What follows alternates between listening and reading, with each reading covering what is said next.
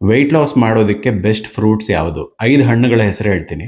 ಮೊದಲನೇ ಫ್ರೂಟ್ಸ್ ಬಂದು ಗುವಾ ಅಂದ್ರೆ ಪೇರ್ಲೆ ಹಣ್ಣು. ಅದರಲ್ಲಿ ವಿಟಮಿನ್ ಸಿ ಹೆಚ್ಚಿರುತ್ತೆ. ಡಯಟ್ ನಲ್ಲಿ ಒಂದು ಭಾಗವಾಗಿ ಬಳಸಬಹುದು. ಎರಡನೇ ಫ್ರೂಟ್ ಹೆಸರು ಹೇಳೋದಕ್ಕೆ ಮುಂಚೆ ಒಂದಿಷ್ಟು ವಿಷಯ ಹೇಳ್ತೀನಿ.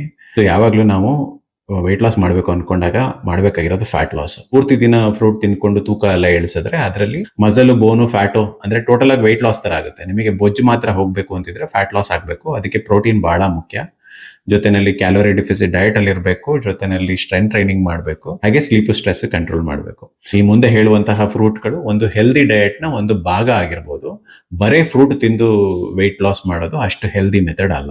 ಸೊ ನೆಕ್ಸ್ಟ್ ಫ್ರೂಟ್ ಬಂದು ಐದರ್ ನೀವು ಆಪಲ್ ಬಹುದು, ಮತ್ತೆ ನೆಕ್ಸ್ಟ್ ಫ್ರೂಟ್ ಬಂದು ಪಪ್ಪಾಯ ತಗೋಬಹುದು. ಪಪ್ಪಾಯ ಸ್ವಲ್ಪ ಬ್ಲೋಟಿಂಗ್ ಕಡಿಮೆ ಮಾಡೋದಕ್ಕೆ, ಡೈಜೆಷನ್ಗೆ ತುಂಬಾ ಹೆಲ್ಪ್ ಆಗುತ್ತೆ. ಹಾಗೆ ಬೆರೀಸ್, ಸ್ಟ್ರಾಬೆರೀಸ್, ಬ್ಲೂ ಬೆರೀಸ್ ಇದು ಕೂಡ ತುಂಬಾ ಒಳ್ಳೇದು. ಹಾಗೆ ಕಲ್ಲಂಗಡಿ, ವಾಟರ್ ಮೆಲನ್ ಕೂಡ ತಗೋಬಹುದು.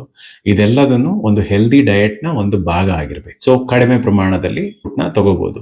ತುಂಬಾ ಅರ್ಜೆಂಟ್ ಆಗಿ ಫ್ಯಾಟ್ ಲಾಸ್ ಮಾಡಬೇಕು ಅಂತಿರೋರು 1 ಸರ್ವಿಂಗ್ ತಗೋಬಹುದು. ನಿಧಾನವಾಗಿ ಫ್ಯಾಟ್ ಲಾಸ್ ಮಾಡಬೇಕು ಅಂತಿರೋರು 2-3 ಸರ್ವಿಂಗ್ಸ್ ತಗೊಂಡ್ರು ನಡೆಯುತ್ತೆ. ಸರ್ವಿಂಗ್ ಸೈಜ್ ಅಂದ್ರೆ 1 ಪೋರ್ಷನ್ ಅನ್ನೋ ತರ. ಅದರಲ್ಲೂ ಸೀಸನಲ್ ಫ್ರೂಟ್ ತಗೊಂಡ್ರೆ ತುಂಬಾ ಒಳ್ಳೇದು. ಹಾಗೆ ಮ್ಯಾಂಗೋ, ಹಲಸಿನ ಹಣ್ಣು ಇದೆಲ್ಲದನ್ನು ಶುಗರ್ ಜಾಸ್ತಿ ಇರುವಂತಹ ಫ್ರೂಟ್ಗಳು. ಕಡಿಮೆ ಪ್ರಮಾಣದಲ್ಲಿ ಸ್ವಲ್ಪ ಅಪರೂಪಕ್ಕೆ ತಗೊಂಡ್ರೆ ಪರವಾಗಿಲ್ಲ. ತುಂಬಾ ಜಾಸ್ತಿ ಪ್ರಮಾಣದಲ್ಲಿ ತಗೊಂಡ್ರೆ ಸ್ವಲ್ಪ ವೆಯ್ಟ್ ಲಾಸ್ ಪ್ರೋಸೆಸ್ ಅನ್ನೋದು ಸ್ವಲ್ಪ ಸ್ಲೋ ಇರುತ್ತೆ. ಇನ್ನು ಹೆಚ್ಚಿನ ಮಾಹಿತಿಗಳನ್ನ ಡಿಸ್ಕ್ರಿಪ್ಷನ್ ಅಲ್ಲಿ ಬರ್ದಿರ್ತೀನಿ.